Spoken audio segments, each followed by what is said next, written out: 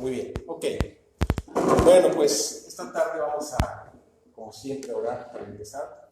Vamos a pedirle a Dios que nos bendiga, que guíe esta reunión y pues que los que lleguen rápido ya. Ok, me imagino que ahorita que venga de ella se lleva el niño, ¿verdad? Ok, bueno, vamos a orar para aprovechar el tiempo. Padre Santo, Señor Dios, muchas gracias por el amor, el cuidado, la paciencia y la misericordia que tienes por cada uno de nosotros. Te pedimos, Padre, que esta tarde-noche escuchemos tu voz a través de este mensaje y podamos conocerte, Dios, conocer el amor que nos tienes, la paciencia y la misericordia que hay para cada uno de nosotros. Te pedimos, Padre, por favor, que tú seas el guía, el maestro, el que nos revele la verdad de tu palabra y lo profundo de tu corazón.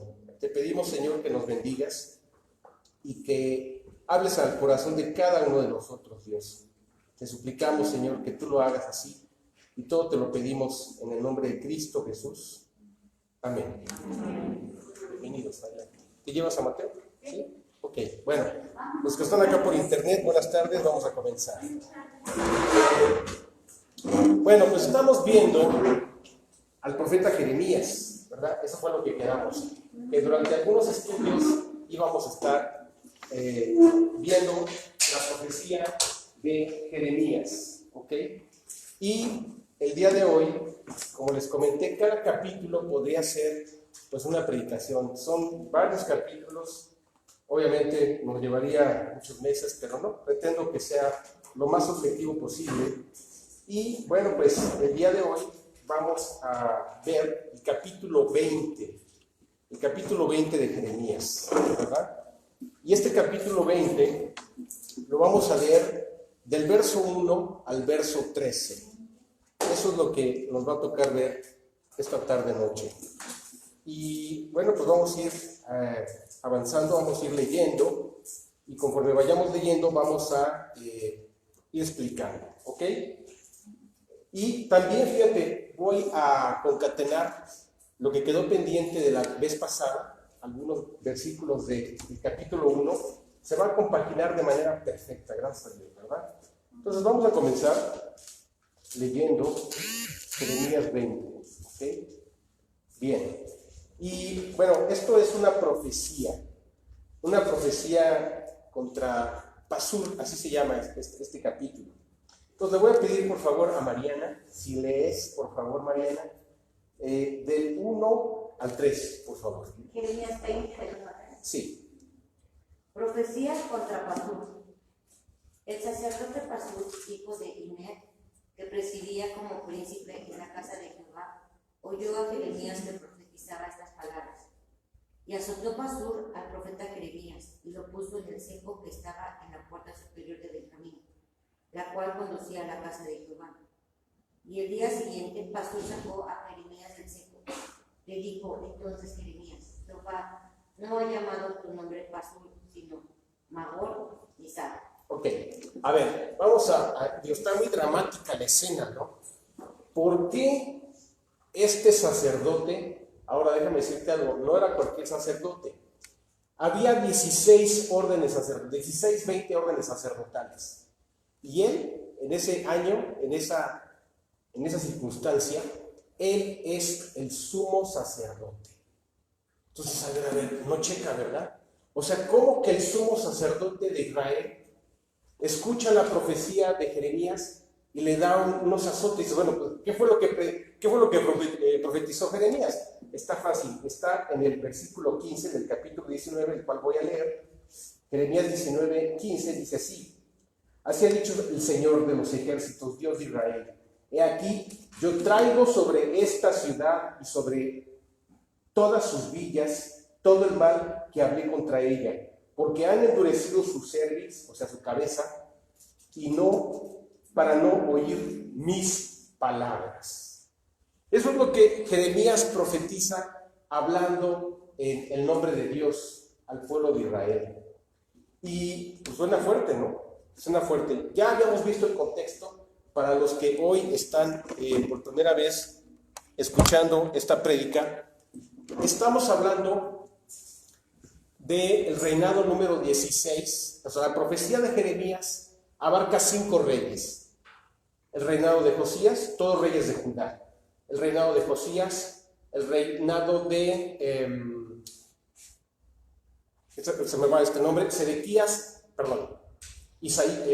Josías, Joaquín y Sedequías. Me falta uno, el que gobierna durante 3 meses nada más. Ahí lo teníamos apuntado, pero bueno, ahorita es secundario. Son 5, ese especialmente, por algo no me acuerdo, solo gobierna 3 meses, ¿verdad? Alguien lo apuntó porque lo había dejado escrito la vez pasada, pero bueno, ok, son 5 reyes. Y es el momento, el último rey que es fiel a Dios es el rey de Josías. Y Josías es nada más y nada menos que el que restablece el culto a Dios, el que restablece el día de reposo y el que celebra nuevamente la Pascua. ¿Sí? Imagínate, habían transcurrido muchos reyes que se habían hecho de la lista. ¿Quién, perdón? Sedequías. Gracias, Sedequías. Sedequías es el último rey, sí. Habían transcurrido ya muchos años y se habían olvidado por completo de celebrar la celebración más importante, que era la Pascua, ¿verdad? Era el darle gracias a Dios porque Dios había pasado en la tierra de Egipto y les había dado libertad. Entonces ellos se habían olvidado por completo de todo esto y ya no les interesaba los caminos de Dios, ¿sí? Curiosamente, bueno, es el último rey que muy similar en cuanto a su corazón fiel, en cuanto a su corazón noble, en cuanto a su corazón obediente a Dios, pero de ahí en fuera empiezan a tener una debacle, una caída moral, espiritual, tremenda. Empiezan a ir en contra de la voluntad de Dios, empiezan a destruir sus vidas, entonces ¿cuál es su pecado? Empiezan a adorar cualquier cosa menos a Dios y levantan ídolos y los adoran. Y ya, precisamente por eso prediqué la vez pasada, que era esto de adorar ídolos, ¿verdad? Figuras que tenían oídos y no escuchaban, ojos y no veían, boca y no hablaban, manos y pies y no se movían, ¿verdad? Entonces, esto había molestado a Dios porque se habían olvidado de Dios por completo y estaban adorando ídolos. Pero junto con esta adoración idolátrica, obviamente, pues no es, oye, pues mira, vamos a optar por déjame decir una locura, por el Dios B o el Dios C. ¿No? O sea, así estaban pensando ellos, ¿no? O sea, el Dios verdadero, no, espérate, no. Vamos a honrar al Dios B, al Dios C y al Dios D. Y tú dirías, oye, a lo mejor hay diversidad, como está tan de moda ahorita esto. No, porque Dios es uno solo. Y amarás a Dios con todo tu corazón, con toda tu mente, con toda tu alma y con todas tus fuerzas, ¿verdad? Ese es el primer mandamiento. Luego, también, ¿qué implicaba que adoraran a estos dioses? Una corrupción moral vergonzosa.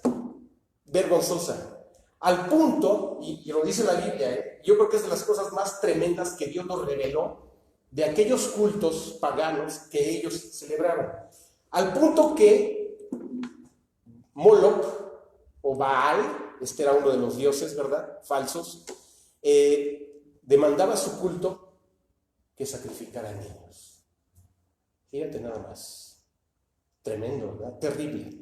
O sea, no era optar por el Dios B, C o D. Bueno, hay un solo Dios, aclaremos, ¿eh? No hay el Dios B, C y D y los que siguen, no. Hay un solo Dios verdadero, el creador del cielo y de la tierra. El que nos amó, nos ama y nos amará por siempre, y el que nos dio a su Hijo Jesucristo. Por eso los ídolos eran un engaño. Por eso los ídolos causaban tanto mal en el corazón de Israel, porque los desviaban de la verdad, y después de desviarlos de la verdad, los llevaba a cometer actos de corrupción moral impresionantes, ¿verdad? Entonces, durante 20 reyes, Dios les habla de una y de otra manera con muchos profetas, hasta que finalmente Dios empieza a enviar a sus profetas para que les diga de manera clara y concisa que si no se arrepienten, que si no vuelven a Dios, que si no dejan sus caminos corrompidos y vuelven al único y verdadero Dios, entonces habría un juicio. Y entonces aquí el profeta Jeremías está anunciando, lo vuelvo a leer, he aquí, yo traigo sobre esta ciudad y sobre todas sus villas todo el mal que hablé contra ella, porque han endurecido su cabeza, ¿sí?, para no oír mis palabras. Entonces, imagínate, el sumo sacerdote que acabamos de leer, que se llama Pasur, imagínate en qué momento estaban ya. Se supone que el sumo sacerdote tendría que ser el encargado y responsable de guiar por el camino de Dios al pueblo, de enseñarles mandamientos, de indicarles sus faltas y errores conforme a la ley de Dios. Pero, ¿qué sucede? Que esta clase sacerdotal se había hecho complaciente, se había hecho de la vista gorda y de oídos sordos, y dejaban, ahora sí como dicen, es una ley económica, pero se aplica muy bien a la inmoralidad: dejar pasar, dejar hacer. ¿Sí? O sea, como lo estamos viviendo ahora, ¿no? Es que las leyes están cambiando, hoy se está permitiendo todo, ¿no? Los tiempos son diferentes, no son los tiempos, el corazón del hombre se está corrompiendo cada vez más y más. Es lo que está sucediendo, ¿verdad? Bueno, pues entonces aquí Jeremías profetiza y este hombre se ofende, porque se supone que para eso estaban los sacerdotes, y no se diga el sumo sacerdote, para guiar por el camino de verdad al pueblo de Israel. Pero entonces él se ofende y ve lo que sucede. El sacerdote Pasur, hijo de Immer, que presidía, o sea, era el primero, que presidía como príncipe en la casa de Dios, oyó a Jeremías que profetizaba estas palabras. Lo escucha y ¿cómo es su reacción? Y azotó Pasur al profeta Jeremías y lo puso en el cepo que estaba en la puerta superior de Benjamín, la cual conducía a la casa de Dios. Imagínate, escucha la profecía, acuérdate que es profecía de Dios, es advertencia del Señor. Dios no está jugando, porque así como nos habla de amor, misericordia, perdón, déjame decirte que también nos habla del infierno, por ejemplo. Y este lugar existe. Tan existe que por eso Cristo se hizo carne, para salvarnos de ese lugar. Entonces, ¿qué sucede? Escucha el sacerdote escucha al profeta y dices, bueno, oye, pues se supone que los dos son siervos de Dios, ¿verdad? El Jeremías sí, sin duda, pero resulta que este sacerdote está siguiendo esa forma de dejar hacer, dejar pasar, hacerse de la vista gorda, hacerse de oídos sordos, ser complaciente, decir, pues el tiempo está cambiando, hay que hacer nuevas leyes, y entonces te voy a decir cuál es el fondo del problema: que a lo bueno le dijeron malo y a lo malo le dijeron bueno. Ese fue el problema, ¿sí? Que todos quisieron verlo. Oye, ¿cuál es el problema? Es nuestra costumbre, son nuestras tradiciones. Es más, dice por ahí un refrán: al lugar al que fueres, a lo que vienes, ¿no? O sea, sigue la costumbre, no vayas en contra de las costumbres. Bueno, pues eran muy las costumbres que quieras, pero la verdad, la santidad es una. Y los principios de Dios son uno. Y aunque todo el mundo lo hiciera y todo el mundo se corrompiera, eso no justifica ir en contra de lo que Dios dice, ¿ok? Pero entonces este hombre se pone, fíjate, se supone que es el sumo sacerdote, y si algo debía caracterizar a los sacerdotes era de ser misericordiosos, transmitir la verdad, enfrentarlos al pecado y guiarlos por el camino de Dios. Pero escucha, porque suena muy fuerte la profecía de Jeremías, dice, a ver, ven para acá. Y ve, nos describe lo que le hace al profeta. Dice que lo puso en un cepo. ¿Qué es el cepo? Te lo voy a explicar. Había de cepos a cepos. El cepo para trasladar esclavos era 2 tablones, como de este tamaño, donde se metían las muñecas del esclavo, así o así. Y entonces venían así como una especie de trenecito, ¿verdad? Todos los encadenados y todos así agarrados. Era una especie de esposas, pero primitivas, pesadas, una cosa así de madera, como un clic aquí que se abre y se cierra para meter ahí las manos. Ese era el cepo por el cual se transportaban los esclavos. Pero luego había cepos de tortura y tormento. Estos cepos eran una especie de bastidor, ¿verdad? Así de madera, en donde se le ponía las muñecas arriba y los tobillos abajo. ¿Sí? Estaban así. Entonces, para que no se cansara o se cayera, de plano los llevaban al suelo, y si el prisionero se empezaba a poner violento, entonces decía, pone el cepo del cuello. Entonces estaban en las muñecas, estaban en los tobillos, y luego faltaba el otro, el que sujetaba su cuello. ¿Te puedes imaginar? Qué humillación, ¿no? Ahora sí que iba contra todos los fundamentos de los derechos humanos, ¿no? O sea, peor que un animal, porque yo a mi mascota nunca le he amarrado de esa manera, ¿eh? Es más, creo que nunca las he amarrado, porque nada más tiene su correa, ¿verdad? Sí. Entonces, imagínate lo que el sumo sacerdote, el principal, le está haciendo a este profeta. O sea, lo está torturando, lo está maltratando. Ahora, por si algo faltara, ¿sabes dónde lo hace? Frente a una de las puertas del templo. O sea, imagínate el que tiene la autoridad, entre comillas, el que se supone que representa a Dios, dándole, pero dice que lo azotó. La ley decía que se les podía azotar con 40 azotes menos uno. O sea, le dabas el azote 40 y podía entrar en paro, tal vez. O podía hacerle algo demasiado vergonzoso. Entonces eran 40 menos 1, 39. Lo azota, lo amarra en el cepo, y luego, a la vista de todos, dicen, llévenselo al calabozo.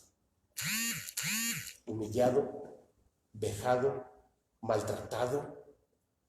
Pero date cuenta, si hubiera sido, ¿qué te gusta? El rey de Asiria. Dices, bueno, ese miserable era un perverso, ¿no? El rey de Asiria era un asesino. O sea, todo lo que hacía, tenía que hacer, es muy fuerte, un matadero de gente, y así gobernaba todos los pueblos de la tierra. Pero no era el rey de Asiria quien estaba haciendo hasta el profeta. Repito, era el sumo sacerdote. Dices, no puede ser. Entonces imagínate cómo quedaba el profeta de Dios y cómo quedaba el sacerdote. Pues Jeremías, profeta del Señor, profeta del Altísimo, quedaba como un vulgar mentiroso, quedaba como un vulgar falso profeta, porque esa autoridad tener somos sacerdotes. O sea, no es cosa sencilla lo que estamos viendo. Era una grandísima humillación en todos los sentidos, porque él estaba descalificando por completo a Jeremías. ¿Sí? O sea, está muy violenta la escena. Dice el 2, y azotó Pasur al profeta Jeremías y lo puso en el cepo que estaba en la puerta superior de Benjamín, la cual conducía a la casa de Dios, o sea, una de las puertas del templo, ¿sí? Y el día siguiente Pasur sacó a Jeremías del cepo, o sea, 24 horas agarrado, expuesto, ¿verdad? Le dijo entonces Jeremías, ahora sí, ¿quieres leer, Fer, el 3, por favor? ¿Me ayudas? Y el día siguiente Pasur sacó a Jeremías del cepo. Le dijo entonces Jeremías, Jehová no ha llamado tu nombre Pasur, sino Magor Misal. Sí, y el 4, por favor. Porque así ha dicho Jehová, he aquí, haré que seas un terror a ti mismo y a todos los que bien te quieren, y caerán por la espada de sus enemigos, y tus ojos lo verán, y a todo Judá entregaré en manos del rey de Babilonia, y los llevará cautivos a Babilonia, y los matará a espada. O sea, esto es un hombre. Se está comportando como un hombre de Dios. Porque lejos de que le diga, perdóname por favor, suéltame ya, no lo vuelvo a hacer, no lo vuelvo a decirte nada, ten misericordia de mí, suéltame por favor, no me lastimes más. Ya que lo suelta, dice, ok, pues tengo más profecías, pero una va a ser para ti. Y lo que le dice, el nombre que le cambia significa terror por todas partes. Ya no se llamaría su nombre Pasur, sino este nombre raro, Magor Misabib, ¿verdad? Misabib, así exactamente, significa terror por todas partes. No sé si te acuerdas de un cartoon o caricatura, como lo decíamos en mis tiempos, donde era un personaje que había una nube que lo seguía por todos lados, así, y caían rayos y centellas, para donde se movía, así no me acuerdo ni de dónde, pero por ahí la vi en algún cartoon o caricatura, ¿verdad? Este hombre se iba a convertir en una tragedia. O sea, ya no iba a ser solamente la destrucción de la ciudad y del templo de Dios, también sobre él, sobre su cabeza, para donde se moviera. Dice cosas impresionantes la profecía. Su familia, te lo voy a explicar así, para que podamos, el contexto lo tengo que explicar. Acuérdate que cuando llegó Nabucodonosor, el rey que despedaza a la ciudad, rompe las murallas y saquea el templo de Dios y destruye parte de lo que se había edificado, hay una recompensa, así como se busca y recompensa por varios personajes del pueblo de Judá. Vamos a nombrarlos. Número 1, el rey de Judá. El último, Sedequías, ¿sí? Segundo, los príncipes, es decir, sus hijos. Tercero, los nobles. Y por cuarto, los sacerdotes. O sea, dijo Nabucodonosor, a esos me los traen vivos o muertos. Y el que se me ponga, el que pida clemencia, le damos vida, pero va a ser atado al cepo. Ahora sí que se les iba a voltear. Pero el que se resista, olvídalo. No habrá misericordia para él. O sea, sus cabezas tenían precio, es lo que quiero decir. Entonces imagínate, él siendo el sumo sacerdote, su cabeza tenía un precio altísimo, vivo o muerto. Entonces dice que él se convierte en terror para sí y para todos los que le rodean. O sea, imagínate así, que está escondido, cuando se cumple la profecía, de manera perfecta, ¿sí? Están los generales de Nabucodonosor y están con los arietes golpeando en las puertas de la ciudad, hasta que finalmente la última guardia, la última resistencia ya no puede más, dicen, nos van a derrotar. Y entonces Sedequías, junto con sus hijos y algunos nobles, escapan, vamos a decirlo así, por la puerta trasera, ¿sí? Pero él es el único que logra el escape. Finalmente lo prende uno de los generales, porque de Dios nadie se burla, ¿me entiendes? Pero empiezan a buscar a los nobles, a los príncipes y al sacerdote. ¿Y qué sucede? Que para donde se escondía, o sea, su misma familia sabe que la cabeza de este sacerdote tiene precio. Entonces, no venga, va con vamos a decirlo así, déjame imaginar un poco. Va con el tío X, le dice, no, yo no te recibo, esfúmate de mi vista porque te van a matar. Y me van a matar a mí también. Y entonces va con el otro, con fulano, con quien quieras. Y todo el mundo está aterrorizado porque sabe perfectamente que al siguiente que le van a dar cuello es a él.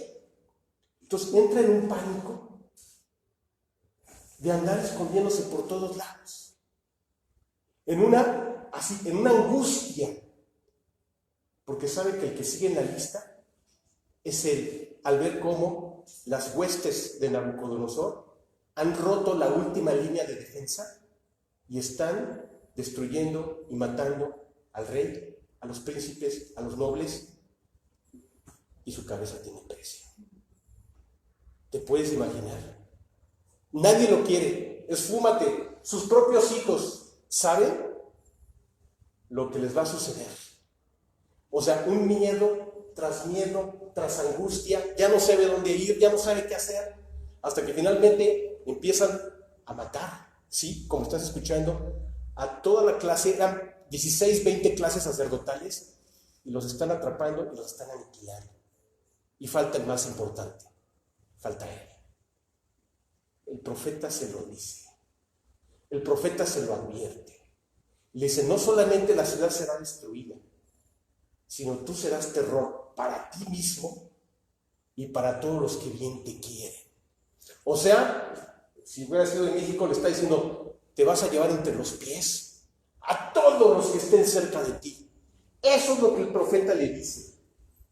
Por supuesto, que ha sido algo aberrable, lo escarnece, lo humilla, lo trata como un animal, sí, Pazur a Jeremías. Pero este hombre se fortalece en Dios. Dice, de Dios nadie se puede burlar. Y no he dicho mentira en cuanto a advertir lo que ya le había dicho a Pazur, ¿verdad? Le confirma la sentencia de destrucción sobre todo lo que iba a ser destruido. Ok, el 5, por favor. Tere, ¿sigues tan amable?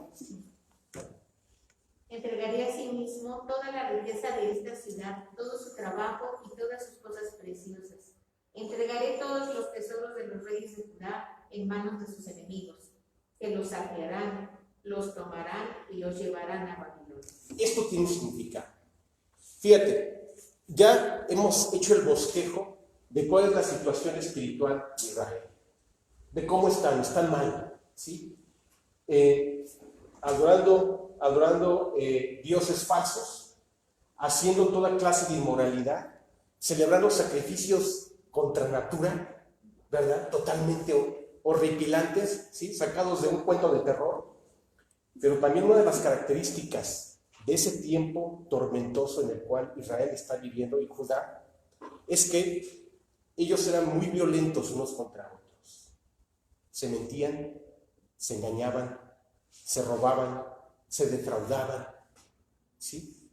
Y no cedían, o sea, eran sorprendidos en el intento de fraude y como diciendo, no, y si va a ser necesario, esto suena muy fuerte, ¿no? Pero si era necesario morir, morían. Pero no reconocían el error, la falta, el engaño, el fraude, ¿sí? El despojo, porque eso era lo que estaba sucediendo. Se despojaban unos a otros, se engañaban unos a otros, se mentían unos a otros, se robaban unos a otros, ¿sí? Entonces, ¿qué les dice el profeta? Eso que ustedes están haciendo es lo que va a hacer Nabucodonosor y sus ejércitos y sus generales. Van a venir a quitarnos toda la riqueza. Nos van a despojar de todas las cosas estimadas y preciosas de esta ciudad. Mira, hay un peligro, sí hay un peligro. Cuando un profeta de Dios, cuando los apóstoles de Cristo, cuando los discípulos de Cristo, tú o yo, hablamos de la verdad, que es el Evangelio de nuestro Señor Jesucristo, pueden suceder dos cosas. Que la persona reconozca su necesidad, se quebrante, se humille, se doble, le pida perdón a Dios y entonces Cristo llegue a su vida y restaure todas las cosas. Ese es el propósito de Dios. Pero el otro peligro, más bien, ese no es peligro, ese es lo mejor. Pero hay un peligro que es que la persona que escucha las buenas nuevas, el Evangelio, las advertencias, pero no como cuando nuestros padres te lo advierten, no como una amenaza, sino como una advertencia correcta, una advertencia, oye, no vayas por ahí porque por ahí sale el perro rabioso. Pues te están advirtiendo, no vayas por ahí, o por allá salta, no vayas por allá. Ah, bueno, me están advirtiendo que no vaya al camino peligroso. Eso es lo que hacían los profetas, ¿sí? Advertir en el sentido correcto que el pueblo regresara a los caminos de Dios. Pero ¿qué sucedía? Vamos entendiendo que la gente que estaba preparada doblaba su corazón delante de Dios, se disponía a Dios, se arrepentía, se humillaba y buscaba a Dios con todo su corazón. Y lo que hubiera pasado en su vida pasada quedaba borrado. Pero ¿qué sucedía? Lo dice ahí perfectamente, dice dura cerviz o cabeza dura, eso es lo que está diciendo. ¿Qué pasaba con los cabeza dura? Los cabeza dura se enojaban, se ofendían, se violentaban y empezaban a tirar golpes por todos lados. ¿Sí? Ese es el problema. Ahora, porque se enoje al que le dices la verdad, ¿Dios va a detener su verdad? ¿Dios va a detener el juicio? No, aunque se enoje, claro, porque no envió Dios a su Hijo al mundo para condenar al mundo, sino para que el mundo sea salvado por él. Ese es el corazón de Dios. Ese es el deseo más noble de Dios para nosotros. Pero desafortunadamente, fíjate, al escuchar la predicación, al escuchar la verdad, al escuchar la palabra de Dios, algunos se enojan, algunos se ofenden, algunos ya no te quieren hablar, algunos te azotan la puerta en la nariz. Pero déjame decirte que, porque así hagan lo que hagan, la verdad no se va a detener. Y lo que tenga que suceder, va a suceder. ¿Sí? Bueno, ese es el riesgo. Vamos a leer un versículo que está en Hebreos 11:36. Nos va a ayudar a comprender desde la óptica del Evangelio lo que le había sucedido a Jeremías. ¿Sí? Hebreos 11:36. Mauricio, ¿lo quieres leer, por favor?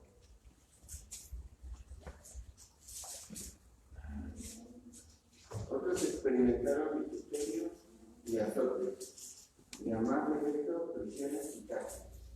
Vituperios, azotes, prisiones y cárcel. ¿A quién crees que se está refiriendo el autor de Hebreos? A Jeremías. A él es al que se está refiriendo. ¿Quién nos narra el capítulo 11 de Hebreos? Nos narra nada más y nada menos que los campeones de la fe.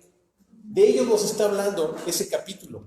Y entonces, dentro de esa lista de campeones de la fe, citan, sin decir su nombre, a Jeremías. Así, lo acabamos de checar. Hebreos está dando detalles. Azotes, prisiones, cárceles, vituperios. ¿Qué significa vituperio?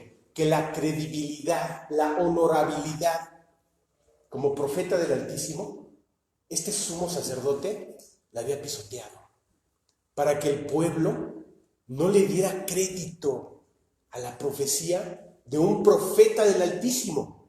Pero al ser expuesto en el cepo, ¿cómo quedaba? Te voy a decir cómo quedaba: como un falso profeta, como un vulgar mentiroso. O sea, lo que hace Pasur es una perversidad, porque no solamente lastima, ofende y daña a Jeremías, sino que echa por la borda, escuchen, echa por la borda la palabra, el mensaje, la advertencia, la verdad, para que los hombres volvieran al camino de Dios. O sea, es una doble, no es una triple perversión, ¿te das cuenta? Finalmente, por eso le da iba a decir sentencia, no, le da la profecía que finalmente lo iba a alcanzar. Y así sucede, ¿eh? Así exactamente sucede, ¿sí?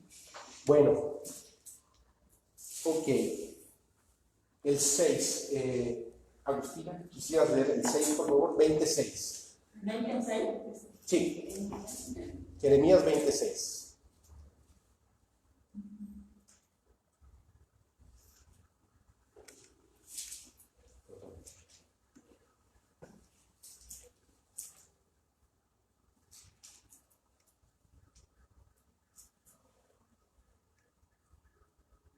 Y tu pastor y todos los moradores de Aja iréis a Otipo.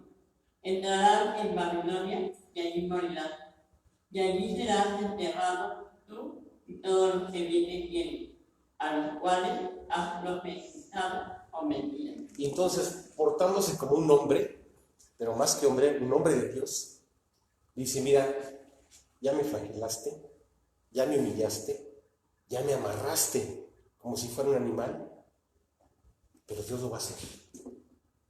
Así me hagas como me quieras hacer. Fíjate, él se afirma y le vuelve a decir ya no lo que le va a suceder a la ciudad, ya lo dije, ni al templo, sino lo que le va a pasar a él. ¿Sabes? Se dice, o sea, se han encontrado vestigios, especialmente de los prisioneros del rey de Asiria y del rey de Nabucodonosor. O sea, después de hacer excavaciones arqueológicas, resulta que las mazmorras donde morían los prisioneros del imperio asirio y el imperio babilónico, se han encontrado los cadáveres las calaveras con las cadenas puestas. ¿Te puedes imaginar esto? O sea, iban a la tumba. O sea, el que no, fíjate, hemos hablado y hablamos de la misericordia de Dios. Pero ¿qué es no tener misericordia? Pues este ejemplo. O sea, Dios tiene infinita misericordia, pero el castigo, la ira de los hombres y de los inmisericordes, y este hombre es un ejemplo, cuando iban a la tumba, si es que los echaban a la tumba, les dejaban las cadenas puestas. Como diciendo, ni en la tumba, o sea, era un simbolismo lo que quiero decir. Impactante. Y no cabe duda que este hombre así murió. ¿Sí? O sea, así como Dios es bueno, el mundo, el diablo y nuestra naturaleza es mala. Así como Dios tiene perdón, misericordia y paciencia, cuando viene el castigo, el que nos propicia el castigo no tiene ninguna misericordia.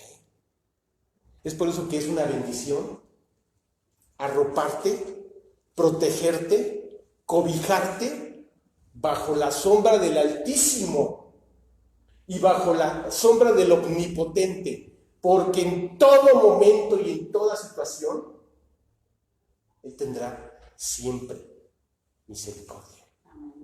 Siempre.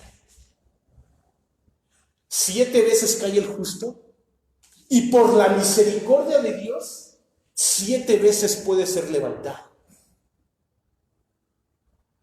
O sea, la misericordia es infinita y es para que nuestras vidas se restauren, para que volvamos al camino de Dios, para que nos encontremos con la persona que más nos ama, que más nos conoce y que jamás nos desechará. ¿Te das cuenta? O sea, así para, qué bueno es contrastar, ¿no? O sea, así como hablamos de la bondad y piedad de Dios y misericordia de Dios, también tenemos que hablar de la inmisericordia que tiene el diablo, que tiene el mundo, porque hasta el esqueleto estaba amarrado con cadenas. ¿Sí? Ok. Entonces, ¿qué hombre de Dios? ¿Qué valentía de este hombre? ¿Sabes? Hay una similitud. ¿Te acuerdas que hay paralelismos? La semana pasada empezamos a ver algunos paralelismos. Y este paralelismo me encanta porque se parece mucho a Pablo. Vamos a leer 1 Corintios 9:16, por favor. Es más, estoy casi seguro que hay alguna conexión entre este hombre y Pablo. Sí, Jeremías, porque él provenía de la casa de Benjamín. ¿Sí? 1 de Corintios 9:16. Mande. Con mucho gusto, dime. Este sacerdote pastor Sí. era un sacerdote de Jehová, pero era un hombre corrompido.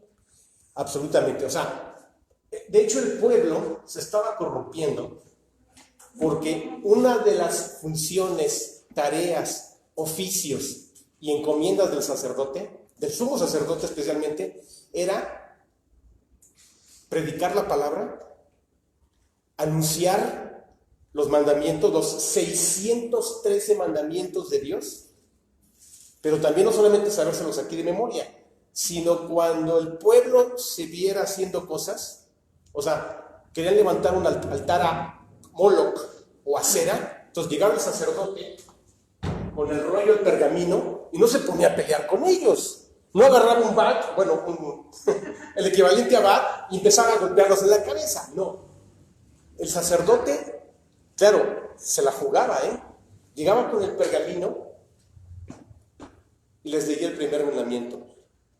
Mas tú, Israel, amarás a Dios con todo tu corazón, con toda tu mente y con toda tu alma. Aprende, Israel, que el Señor tu Dios uno solo es. Leía el pergamino, lo cerraba y se iba. O sea, Israel ya había escuchado que ellos eran un pueblo de Dios y que a Dios debían amarlo y honrarlo y adorarlo, y que Dios era un Dios celoso que no permitía ser sustituido por ninguna otra cosa, porque no eran dioses, eran cosas. Sí, aclarando primero que nada, ¿verdad? Que el Señor tu Dios uno es y solamente al que debes amar y adorar. ¿Sí? Entonces iban. ¿Qué sucede con Pasur? Pues mira, pues tengo provisión en casa. mis hijos están bien nutridos, bien alimentados, bien vestidos, no me voy a meter en problemas. Entonces, como yo pensé que esta palabra solamente la hacía mi abuela como algo coloquial, pero no, está en el diccionario. Eran alcahuetes.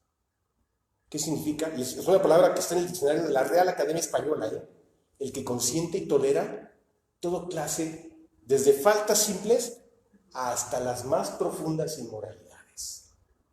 Eso es un alcahuete, ¿no? Entonces, este sacerdote era un alcahuete. O sea, yo estoy bien, tú también estás bien, ¿no? Yo estoy bien, tú estás bien y todos estamos bien. Se estaban corrompiendo. Si tal vez no iban a adorar a Moloch o a Cera, pero simplemente su silencio era un silencio complaciente, omiso.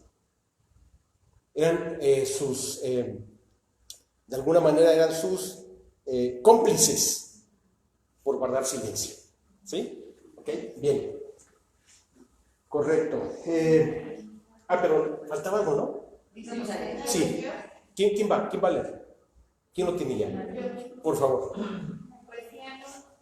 Poesía anunció el Evangelio. No tengo por qué gloriarme, porque me es impuesta necesidad. Y ay de mí si no anunciaré el Evangelio. Esto lo está diciendo Pablo. ¿Sí? Finalmente a Pablo, ¿cuántas veces igual? Él mismo lo dice, ¿no? Lo amarraron al cepo, lo encarcelaron, sufrió naufragio. Sí, pero ay de mí si no hago lo que tengo que hacer, igual que Jeremías. Hay una línea, O sea, lo he venido descubriendo. Hay una línea invisible que los conecta de alguna manera. ¿Sí? Así como Juan el Bautista viene a continuar el ministerio de Elías, así te lo digo, Hay una similitud, hay un paralelismo muy fuerte, no solamente porque son benjaminitas, de lo que hace Jeremías. O sea, lo voy a decir más claro. Jeremías es el Pablo del Antiguo Testamento. Así de claro. ¿Sí? Así te lo puedo decir. Ok. Bueno. Y lo que viene está... Esta es una de las porciones de la Biblia más sublimes que podemos leer. ¿Sí? Lo voy a leer yo. El 7. Vámonos a Jeremías 27. Dice así: me sedujiste, oh Señor, y fui seducido. Más fuerte fuiste que yo y me venciste. Cada día he sido escarnecido. Cada cual se burla de mí. ¿Sabes cómo dice el original hebreo? Dice: me persuadiste, oh Señor, y fui persuadido por tu amor. ¿Sí? O sea, me persuadiste, oh Señor, y fui persuadido por tu amor. El traductor castellano lo reduce: me sedujiste, oh Señor, y fui seducido. ¿Sí? Es hermoso, O sea, imagínate, lo está diciendo un hombre. Se lo está diciendo, acuérdate que Cristo es el novio y la iglesia la novia. Acuérdate que el Señor, la figura más hermosa de amor que puede ser presentada como una metáfora, es el novio que protege a la novia, que la cuida, que la enamora, que le dice las palabras más dulces que le puede decir, para finalmente, siendo ya su novia, dice: y voy a estar contigo para que seas mi esposa. Entonces, Jesucristo, cuando está con la novia, es decir, con la iglesia, ¿por qué hay algo que se llama las bodas del Cordero? Porque en las bodas del Cordero se va a materializar, se va a personificar una boda espiritual en donde el novio le va a enseñar la casa del Padre a la novia. Esta es tu casa. Le va a enseñar sus riquezas, sus tesoros, su poder, su gloria. Y esto es para ti, porque te amo. Esas son las bodas del Cordero. Eso es Cristo tomando a la iglesia para sí. Qué metáfora más impresionante, más hermosa. Entonces, cuando Jeremías dice esto, no está mal, lo está diciendo de una manera perfecta, hablando como si fuera la iglesia. Me sedujiste. Como dice el original, me persuadiste con tu amor y fui persuadido por ti. Por eso dice, por eso no voy a dar un paso atrás. Por amor a ti, soporto afrentas, persecución, cárceles, azotes, burlas, humillaciones, por amor a tu nombre. Y por eso no voy a dejar mi ministerio. Y entonces Jeremías se acuerda perfectamente de su llamado. ¿En qué momento Dios lo convence con su amor? Aquí te lo voy a decir. Esto fue lo que íbamos a leer la semana pasada. Si quieres tomar nota rápida. Vamos a leer Jeremías 1, 5. También vamos a leer Jeremías 1, 8. Y por último, Jeremías 1, 18 y 19. ¿Sí? Ahí es donde Dios se acerca a él y le dice las palabras más hermosas y dulces que le puede decir a un profeta, para que sea llamado profeta del Altísimo. ¿Sí? Ahora sí, vamos a repartir. Ayúdenme a hacer el estudio. Hilda, por favor, vas a leer Jeremías 1, 5. Toño, por favor, tú vas a leer Jeremías 1, 8. Tere, por favor, vas a leer Jeremías 1, 18, 19. ¿Ok? Comenzamos con el primero. Antes que te formaste en el vientre te conocí, y antes que nacieses te santifiqué, te di por profeta a la nación. Fíjate, le está diciendo Jeremías, ¿cómo yo soy? Acuérdate que cómo es el diálogo de Jeremías con Dios. Sí, pero soy un niño. Y claro, tenía entre 17 y 20 años. O sea, a esta edad ahorita no es un niño, es un joven, un joven en plenitud, ¿verdad? Un adolescente, ok. Pero él dice, yo soy un niño. Lo estaba diciendo correcto, sí. Porque los profetas, y habíamos dicho, los sacerdotes eran llamados cuando tenían 30 años. Entonces, el llamar Dios a un profeta de 18, 19 años, sí, en ese término sí era niño, ¿ok? Pero entonces le dice Dios, oye, le dice Dios a Jeremías, no depende de ti, no me elegiste tú a mí, le dice Dios, yo te elegí desde el vientre, porque te conocí, antes que nacieses te santifiqué. Dios mío. O sea, ¿tú crees que estoy esperando alguno de tus talentos? ¿Tú crees que por tu perfil calificas? No, Señor. Es porque yo te elegí. Es porque sé que, como dice David, me encanta. Tú me formaste en el vientre de mi madre. Mi embrión vieron tus ojos. Y no porque el embrión, que parece un camaroncito con ojos, haya visto los ojos de Dios. No. Tú me regalaste el alma, Dios. Y me diste vida. ¿Sí? Entonces, en ese momento de embrionario del profeta Jeremías, dice, él va a ser mi profeta. No era por mérito, no era por cualidades, no era por celebrar un examen de oposición. No. Dios lo eligió y con eso bastaba. Pero fíjate qué título le da. Pocos como él, Te di por profeta a las naciones. O sea, ¿por qué estamos estudiando 10,000 kilómetros de distancia y 4 o 5,000 años después?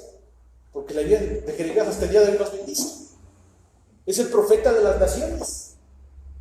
¿Te das cuenta de la similitud con Pablo? Así como Pablo fue el apóstol de los gentiles, Jeremías trasciende el tiempo y el espacio, trasciende la nación a la cual él pertenece, y hoy Jeremías nos bendice como profeta a las naciones. Hermoso, ¿verdad? Increíble, cara. ¿Sí? Y entonces te das cuenta con qué amor le está hablando Dios. ¿Sí? Lo está convenciendo. El que sigue el 8, por favor. No temas delante de ellos, porque contigo estoy para librarte, dice Jehová. O sea, antes que cualquier otra cosa, antes que lo amenazaran, antes que se enojaran con él, antes que le dijeran te vas a morir, dice, yo estoy contigo. Y te van a amenazar, y te van a perseguir, pero nunca te vencerán. O sea, vas a estar bajo amenaza de lo que quieras. Pero yo estoy contigo. Y yo tendría que dar la autorización. ¿Te acuerdas lo que dice el Evangelio? No te preocupes, no temáis manada pequeña, porque a vuestro Padre le ha placido daros el reino. No temáis, porque hasta el último cabello de tu cabeza está contado, dice también el Evangelio.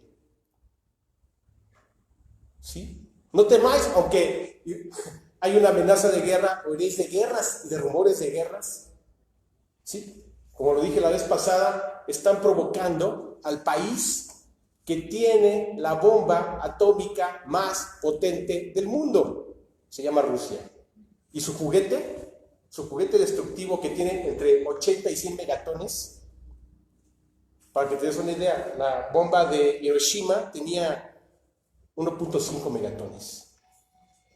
La bomba de estos, iba a decir amigos, bueno, sí, son amigos, tiene entre 80 y 100 megatones. ¿Sabes cómo se llama? Ya lo había dicho la bomba, se llama Satán. Y con eso se están metiendo. Pero no te preocupes. Así como protegió a Jeremías, te va a proteger a ti y a mí, porque somos hijos de Dios. ¿Sí? Amén. Así es. Exactamente. Bueno, ¿quién falta? Falta uno, ¿no? 18 y 19. Uh-huh. Porque yo te he puesto en este día como ciudad fortificada, como columna de hierro y como muro de bronce, contra toda esta tierra, contra los reyes de Judá, sus príncipes, sus sacerdotes y el pueblo de la tierra. Pelearán contra ti, pero no te vencerán, porque yo estoy contigo, dice Jehová, para librarte. Fíjate, le dice cosas únicas que se le dicen a un profeta. Yo te elegí desde tu vientre, serás llamado profeta de las naciones. Pero esto que le dice me encanta, dice columna de hierro, muro de bronce. Fíjate qué palabras le está diciendo. Únicas.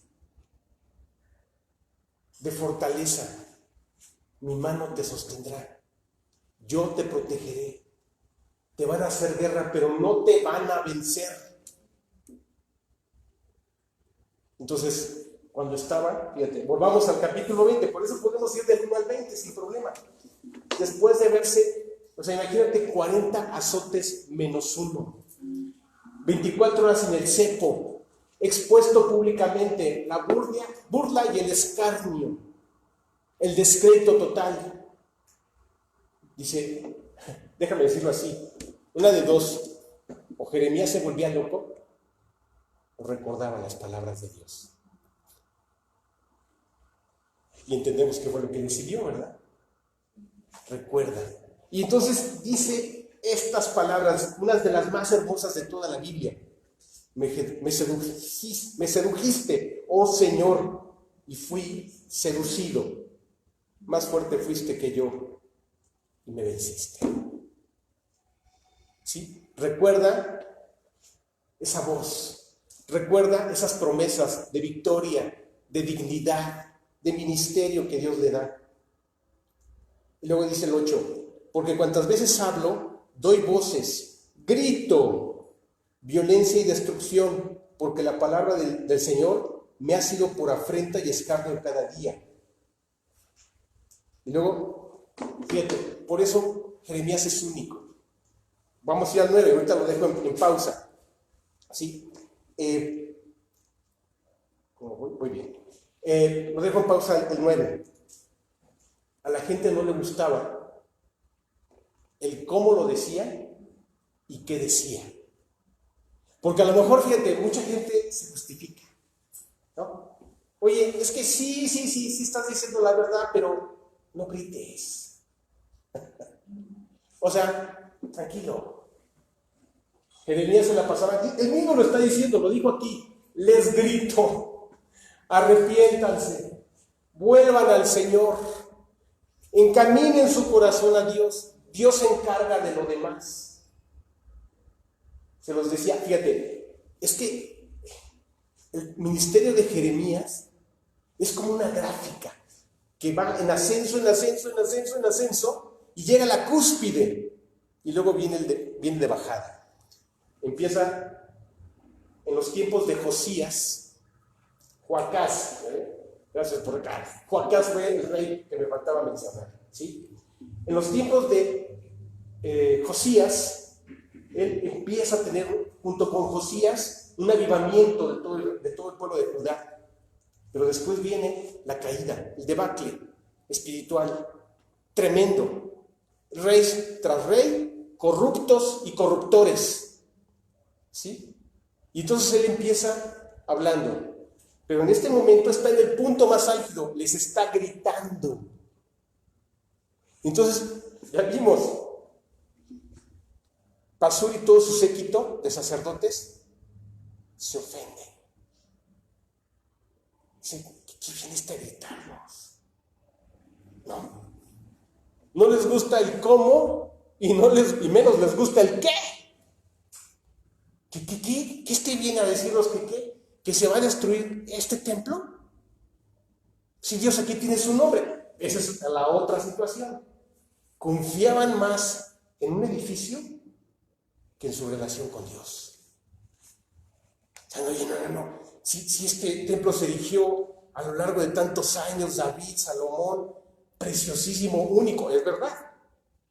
Pero ¿y eso qué? O sea, lo que era el estrado de los pies de Dios, porque así lo dice él, no era el templo lo que se honraba, sino el que habitaba el templo. Esa es la diferencia, ¿eh? Ellos se vuelven materialistas y hasta fetichistas, porque confían más en un edificio que en su relación personal con Dios.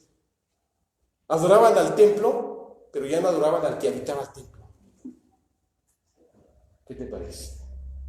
Sí, tremendo. Y entonces llegamos al 9, ¿no? Habíamos leído hasta el 9.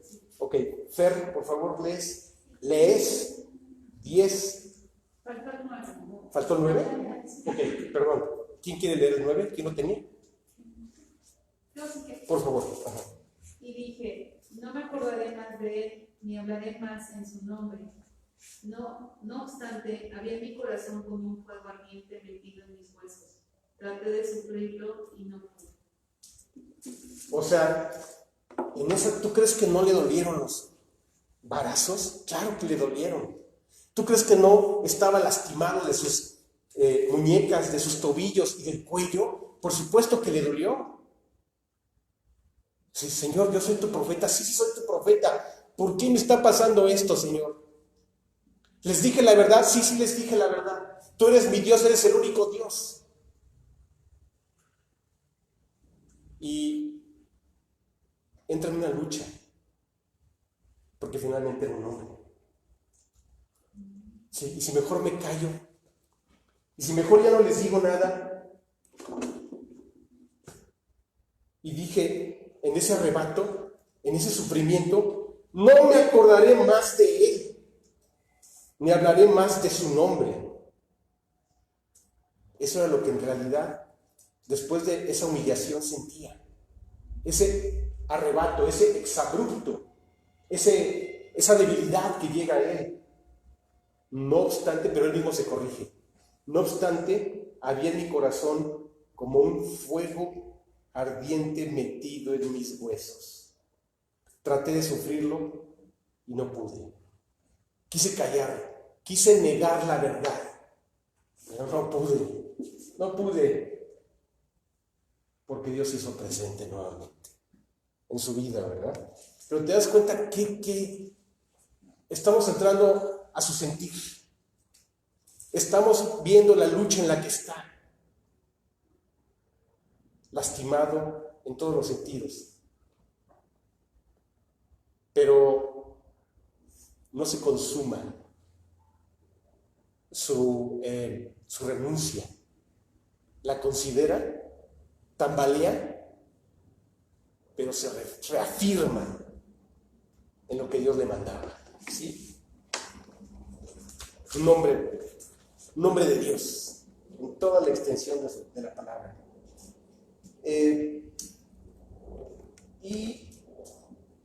Ok, vámonos, voy a hacer una edición, vámonos rápidamente, porque ya se me va a acabar el tiempo, de hecho, al 11 y al 12, por favor, porque ahí los vamos a correlacionar, ¿sí?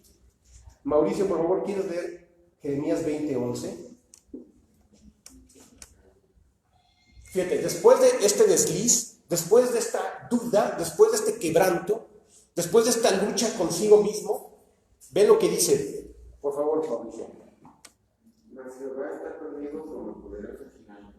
Por tanto, los que me persiguen tropezarán y no prevalecerán. Serán avergonzados en gran manera, porque no prosperarán. Tendrán perpetua confusión que jamás será olvidada. Diciendo, esta batalla hoy la han ganado ellos. Se han salido con la suya. Me han expuesto, me han humillado,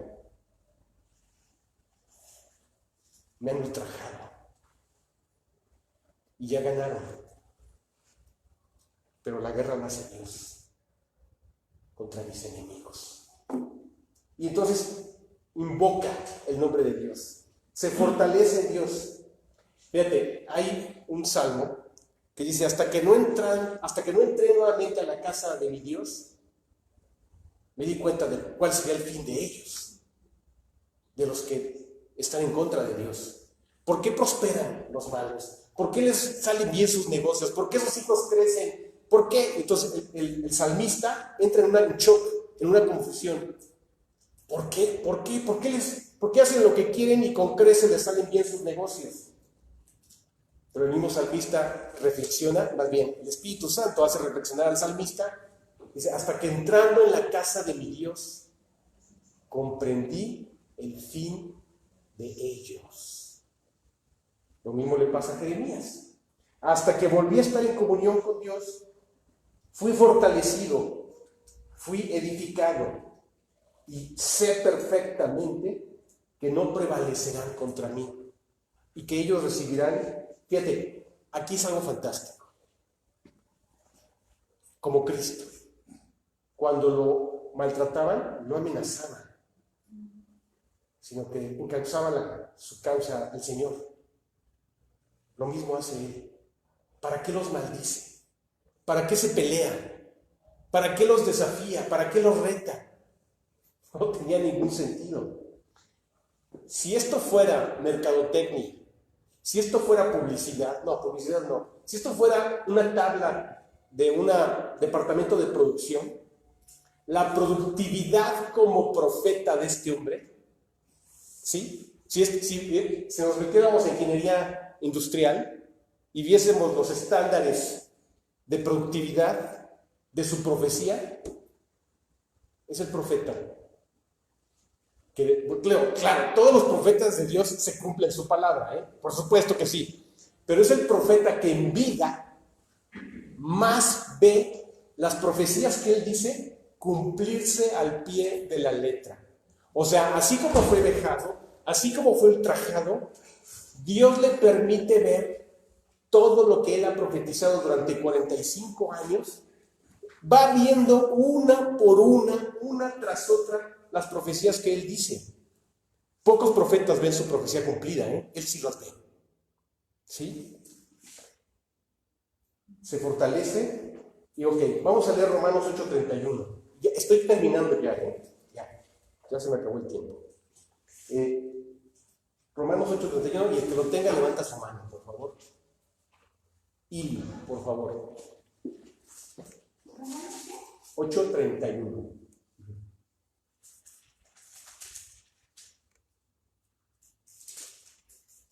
¿Qué pues diremos a esto? Si Dios es por nosotros, ¿Quién contra nosotros? Ahí está. Se parece mucho a lo que dijo Jeremías. Mas Dios está conmigo como poderoso gigante.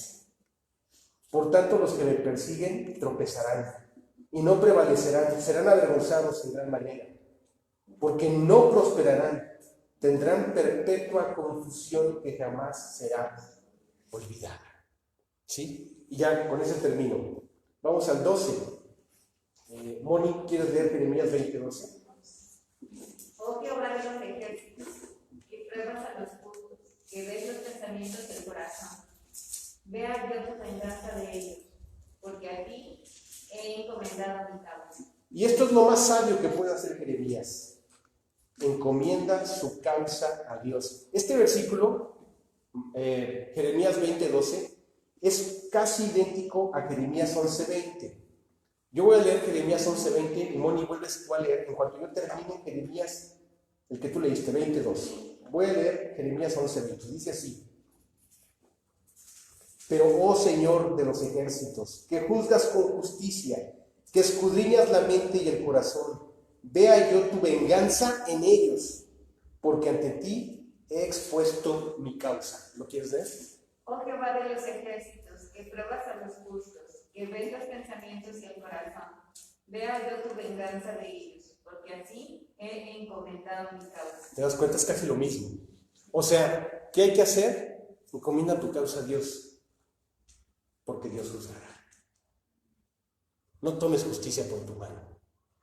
Es más, no te derrotes, no te canses. Dice la palabra, no nos cansemos de hacer el bien, porque pronto recibiremos lo que hemos plantado. ¿Sí? Bueno, pues me acabó el tiempo. ¿Alguna duda? Vamos a concluir acá.